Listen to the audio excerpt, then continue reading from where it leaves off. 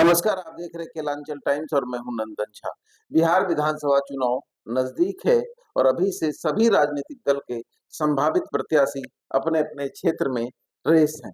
इसी कड़ी में आज हम लोग हैं भागलपुर जिला के बिहपुर विधानसभा क्षेत्र। बिहपुर विधानसभा क्षेत्र से कांग्रेस पार्टी की ओर से संभावित प्रत्याशी की रेस में चल रहे अमित मिश्रा से आज हमारी खास मुलाकात हो रही है। अमित मिश्रा एक समाज सेवी हैं और जो कि लगातार बिहपुर विधानसभा क्षेत्र में दुख-सुख में वहाँ के लोगों के साथ समय बिताते हैं। अमित मिश्रा खुद हमारे साथ हैं, जानने की कोशिश करेंगे, राजनीति में कब और कैसे आए? जी, सबसे पहले तो आपको नमस्कार। देखिए, जहाँ तक राजनीति में आने का सवाल है, मैंने पहले ही बताया कि मैं नौकरी में था और नौकरी छोड़कर मैं राजनीति में आया हूँ। निश्चित को छोड़कर अनिश्चित में क्यों? देखिए, निश्चित को छोड़ के अनिश्चित में आने का कारण यह रहा कि मेरा जो दिल था, वो हमेशा से समाज सेवा में लगता था और मेरी इच्छा थी कि मैं समाज सेवा में आऊँ। नौकरी थी, वो भी ज़रूरी था, घर में भरण-पोषण, बच्चों के लालन-पालन के लिए ये आवश्यक था। एक समय आने के बाद हमें लगा कि अब हमें राजनीति की तरफ जाना चाहिए, हमें जन सेवा की तरफ जाना चाहिए और जन सेवा करने के लिए आपको पता है कि राजनीति उसी का एक पार्ट है, तो फिर मैं राजनीति में आया। कब कांग्रेस से जुड़े? कांग्रेस से जुड़ने से तो काफ़ी समय हो गया, मैंने जब नौकरी छोड़ी उसके बाद मैं कांग्रेस में ही आ गया। कब लगभग कितने दिन? लगभग मैंने पिछले साल ही नौकरी छोड़ी तब से मैं कांग्रेस में हूँ। कांग्रेस के साथ। कांग्रेस में कोई पद मिला? जी, अभी मैं कांग्रेस में नवगछिया का जिला अध्यक्ष हूँ, किसान कांग्रेस का। किसान कांग्रेस के जिला अध्यक्ष नवगछिया। जी, जी। तो आप जिला अध्यक्ष सीधे टिकट की ओर चल दिए। नहीं, मैंने ऐसा कहीं नहीं कहा है कि मैं टिकट की रेस में हूँ। ये शायद आपने हमारे मुँह से कहीं नहीं सुना होगा कि मैं टिकट की रेस में हूँ। मैं एक आम सिपाही हूँ कांग्रेस पार्टी का। मैं एक कार्यकर्ता हूँ और कार्यकर्ता की हैसियत से मैं काम कर रहा हूँ। चूँकि नवगछिया मेरा कार्यक्षेत्र है, मैं वहाँ का जिला अध्यक्ष हूँ और ये एक ग्रामीण इलाका है, जहाँ लोग किसान हैं, मज़दूर हैं, खेतिहर हैं। तो इनका जो काम है, इस काम को मैं इनकी लड़ाई को लड़ सकूँ, इसके लिए मुझे जिला अध्यक्ष का एक पद दिया गया है, ये एक दायित्व है बेसिकली, तो मैं इसको निभा रहा हूँ। अब ये कि मैं वहाँ का संभावित प्रत्याशी हूँ, ये शब्द मैंने कहीं प्रयोग नहीं किया है या मैं चुनाव लड़ूँगा, ऐसा शब्द भी मैंने आज तक कहीं तो प्रयोग आप नहीं किया डूबती है। नैया को क्यों चुने? देखिए, डूबती नैया आप इसको शब्दावली का कोई अंत नहीं है, कोई भी किसी भी शब्दावली का प्रयोग कर सकता है, आप भी कर सकते हैं, हम भी कर सकते हैं, अन्य लोग भी कर सकते हैं। कांग्रेस एक नेशनल पार्टी है, सबसे पुरानी पार्टी है, सबसे ज़्यादा दिन तक यहाँ इस देश में शासन करने वाली पार्टी है। ये बात समय है कि सत्ता परिवर्तन हुआ है और अभी दूसरी पार्टी सत्ता में है। तो आपको पता है हर कुछ का एक समय आता है, रात है तो दिन होगा, दिन है तो रात होएगा। आपको आगे दिखता है कि कांग्रेस कभी सरवाइव करेगी या सत्ता में आएगी? मोदी जी तो कह रहे हैं अब तो आने नहीं देंगे, खेल खत्म। देखिए, मैंने आपको क्या कहा, जब रात होती है, तो उसके बाद दिन होता है, सूरज उगता है।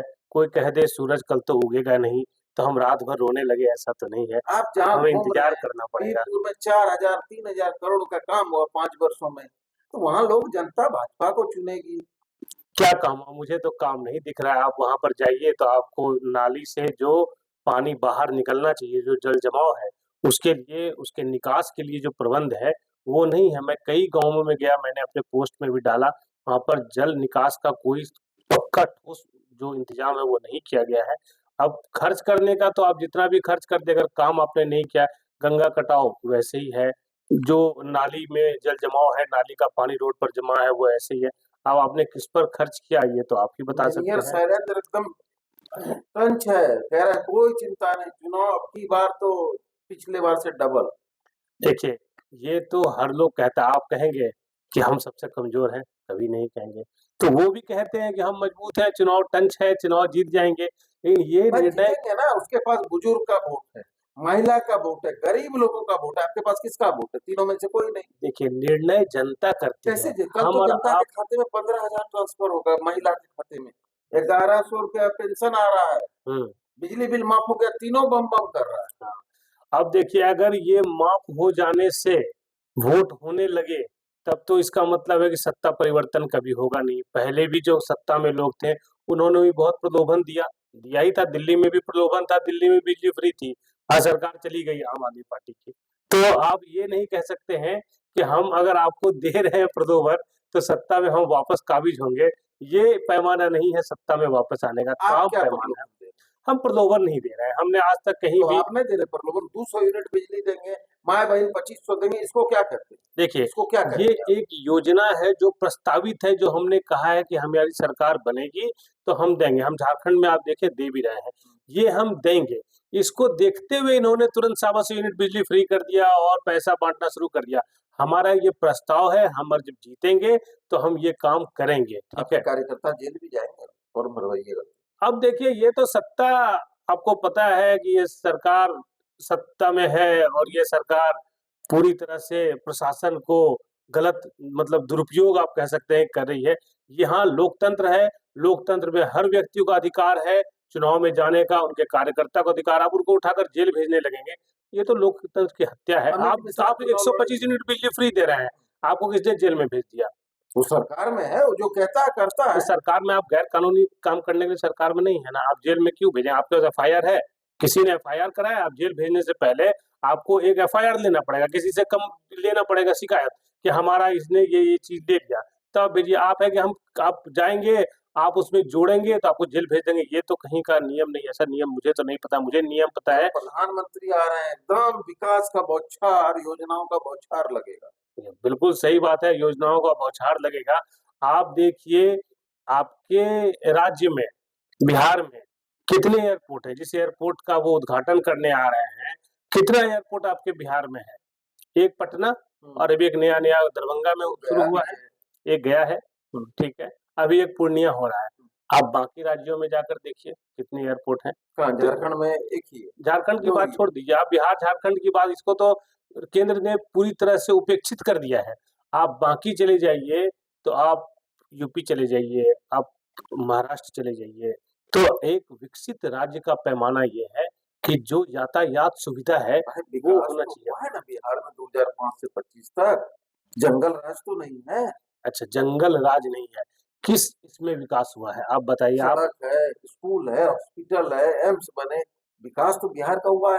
कह तो रहे हैं हमको जंगल राज मिला, जंगल को हम विकास की ओर लेके जा रहे हैं। अच्छा, अभी देखिए जंगल आपने कहा तो जंगल से मुझे याद आ गया कि जंगल में जैसे जीव-जंतु होते हैं, वैसे यहाँ विकास आपने बताया स्वास्थ्य का, इतना ही स्वास्थ्य का विकास हुआ है कि जीव-जंतु पीएमसीएच में घूम रहे हैं और रोगी सोया रहता है, उसका पैर का उँगली काट के चूहा चला जाता है। यही विकास है। आप इसको इस तरह से विकास को अच्छा, देखें, आप मायागंज जाइए, लोग लोग लेटे हुए हैं ज़मीन पर, यही विकास है। आप एक भी सरकारी अस्पताल बताइए, जहाँ पर कि आप जाएँ और आपका समुचित इलाज हो जाए।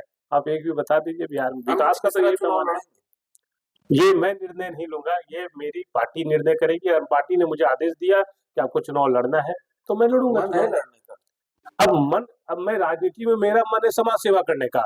पार्टी कहेगी समाज सेवा करने का एक पैमाना ये भी है कि आपको चुनाव लड़ना पड़ेगा। तो मैं ये तो नहीं कह सकता नहीं मैं चुनाव नहीं लड़ूँगा। अगर पार्टी कहेगी आप चुनाव लड़िए, तो मैं लड़ूँगा। तो लड़िएगा चुनाव। राजनीतिक दल है, राजनीतिक दल में कोई कह दे कि आज कहाँ से लड़िए?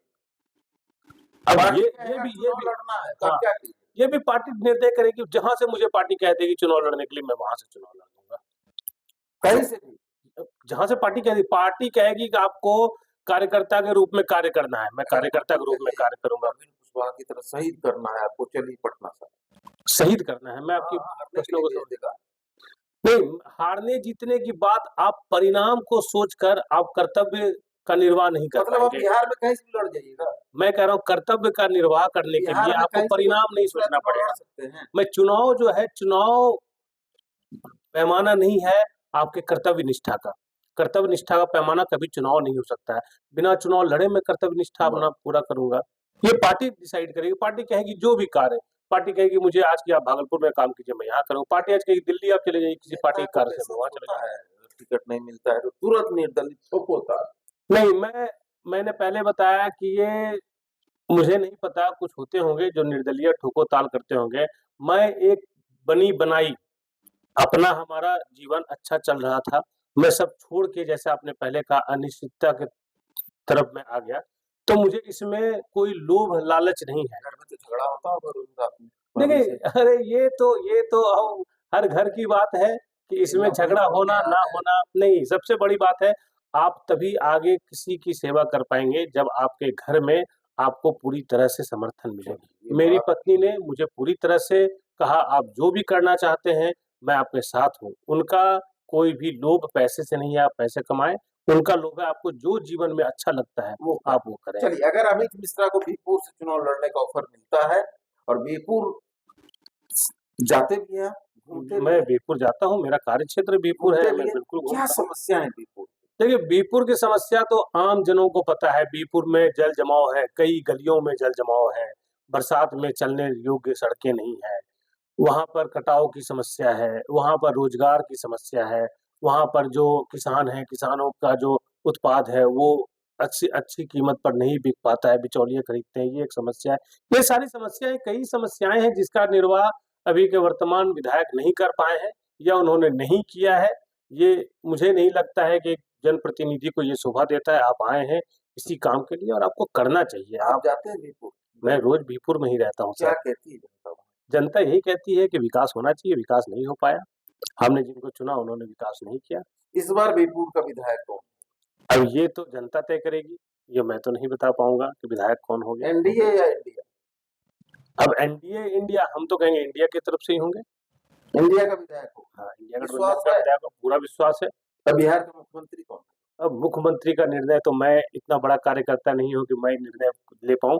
ये निर्णय हमारी नहीं लेना, पार्टी, आपके हिसाब से। ये महागठबंधन बैठकर तय करेगी। जैसे हमारे शीर्ष नेतृत्व ने कहा वो तो कि कह हम लोग बैठकर इसको तय करेंगे कि बिहार का मुख्यमंत्री कौन होगा। अभी इसका निर्णय नहीं हुआ है, जैसे ही होगा आपको ये मतलब खबर आ कांग्रेस जाएगी। वाला बात कि मुख्यमंत्री नहीं मान नहीं, नहीं, मैंने तो ये कहा कि ये आलाकमान तय करती है, मैं नहीं तय करने वाला हूँ कि कौन मुख्यमंत्री होगा। लेकिन जैसे ही मुख्यमंत्री का चेहरा आएगा तो सभी के सामने आ जाएगा, आपके सामने सबसे अमित पहले आएगा। मिश्रा को ऑफर अगर मिले तो लड़ेंगे? पार्टी जो कहेगी मैं करूँगा। देखिए, अमित मिश्रा कहते हैं पार्टी के आदेश सर्वोपरि हैं, पार्टी आदेश देगा तो चुनाव लड़ेंगे, पार्टी जो भी कहेगा, जो भी आदेश करेगा, हम उस आदेश का मान्य करने के लिए उनकी आदेश मानने को तैयार हैं और बीरपुर में हम जी तोड़ मेहनत कर रहे हैं। उम्मीद है पार्टी हमारे ऊपर जरूर भरोसा करेगी। अगर पार्टी भरोसा करती है तो एनडीए की जड़ को उखाड़ फेंकने का संकल्प लेते हैं। धन्यवाद।